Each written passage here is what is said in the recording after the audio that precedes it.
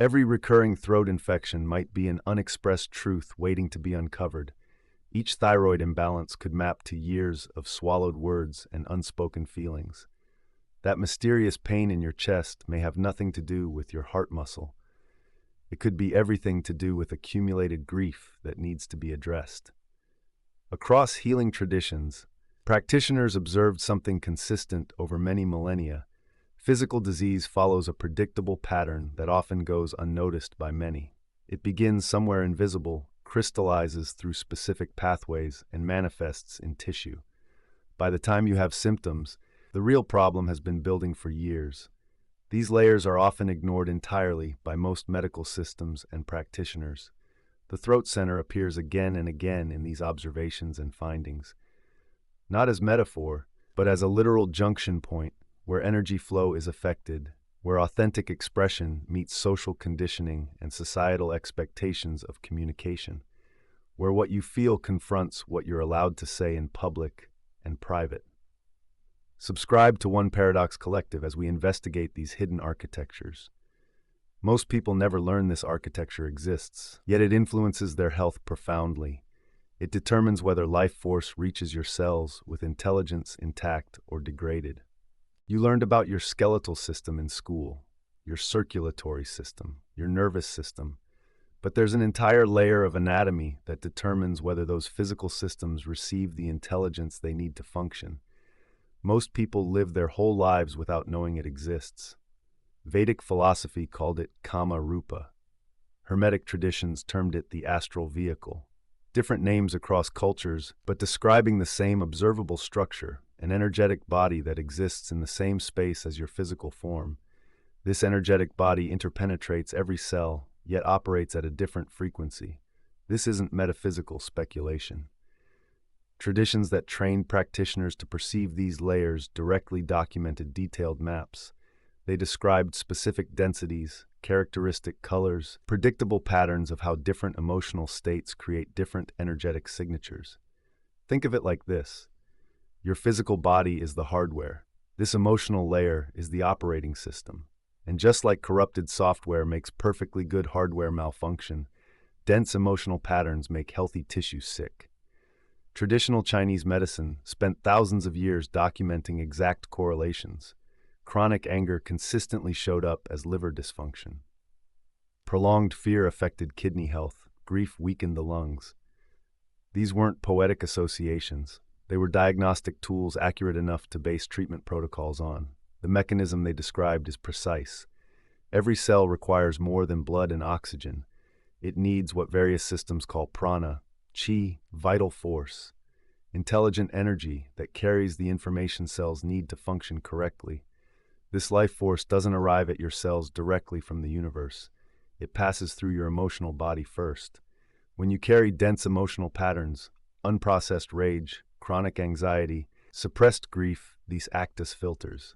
The intelligence that should reach your liver cells or heart tissue or immune system arrives degraded. It carries the frequency of the emotion instead of pure vitality. Bioenergetic medicine is beginning to measure what these traditions always knew. Studies on the biofield show measurable changes corresponding to emotional states. Research into psychosomatic patterns reveals that specific emotions precede specific diseases with remarkable consistency. Your emotional state isn't separate from your physical health. It's the invisible layer that determines how much life force reaches your tissues and in what condition it arrives. Emotions aren't invisible and intangible the way most people assume. Different emotional states generate at different frequencies, and those frequencies can be observed as colors by anyone trained to perceive subtle energy fields. This isn't New Age invention. Healing traditions from Tibetan medicine to various shamanic systems trained practitioners specifically to read these color signatures as diagnostic tools. A skilled practitioner could look at someone's energy field and immediately identify which emotional patterns were dominant and where density had accumulated. The correlation is remarkably consistent across different systems. Deep reds indicate survival-based emotions: rage, territoriality, intense passion.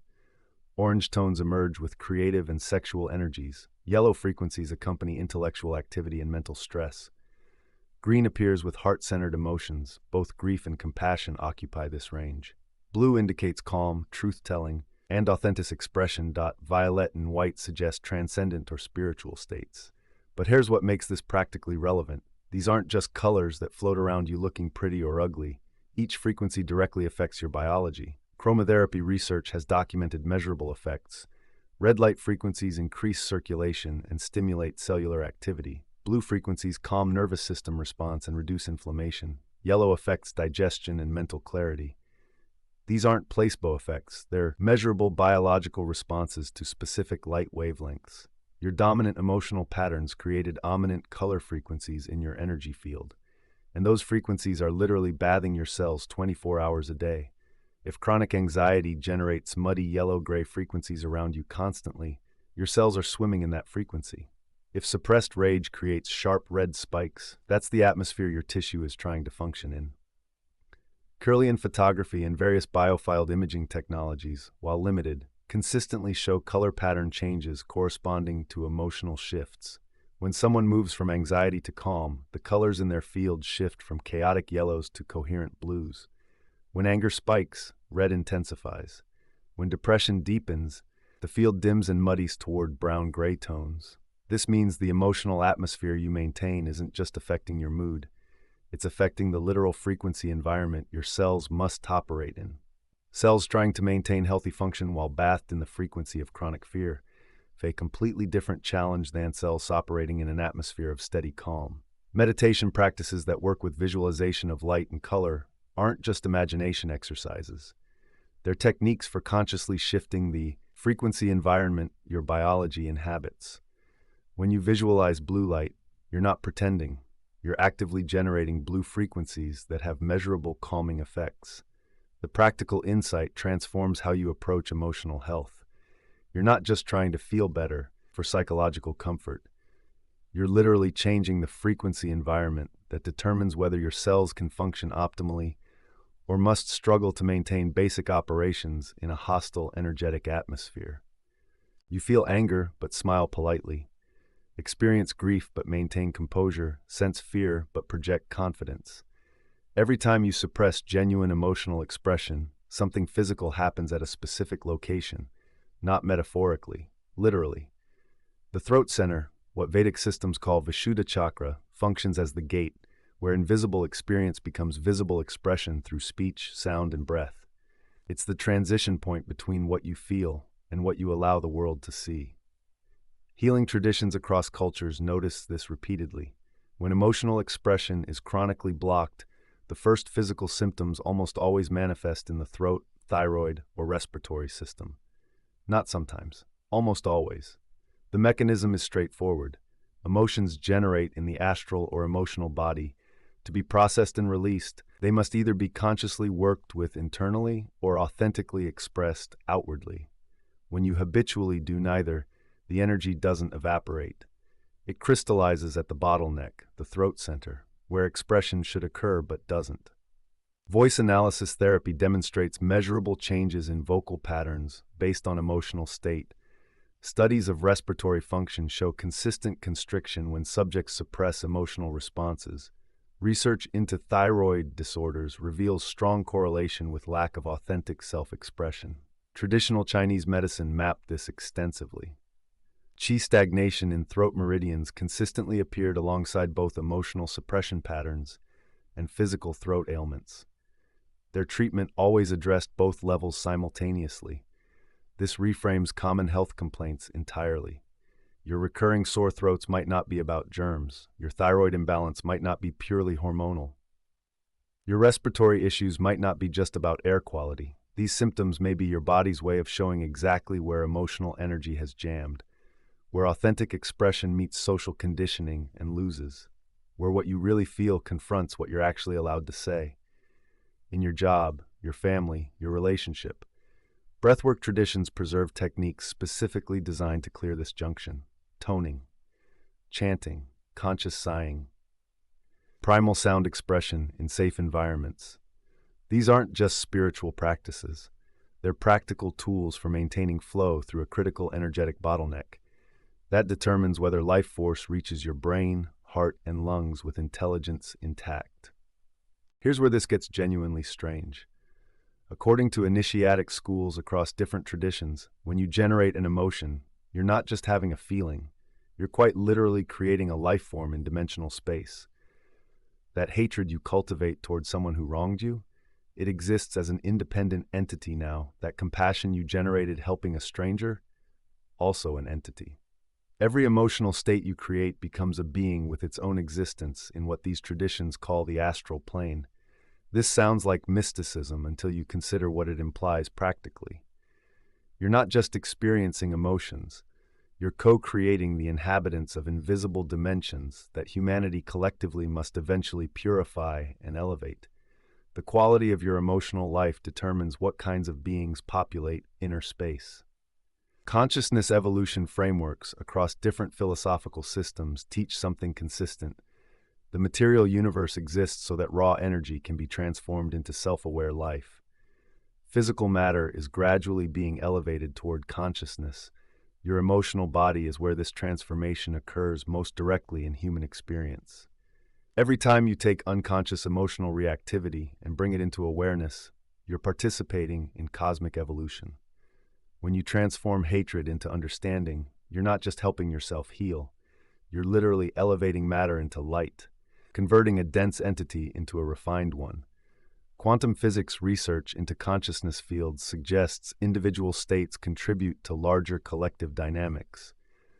What psychology calls the collective unconscious, what various traditions term the astral plane of humanity, what some frameworks describe as morphic fields, different names for interconnected emotional reality. Your individual state ripples outward, affecting everyone.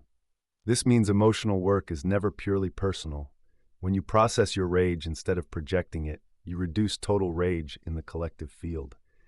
When you generate genuine compassion, you add to humanity's shared reservoir.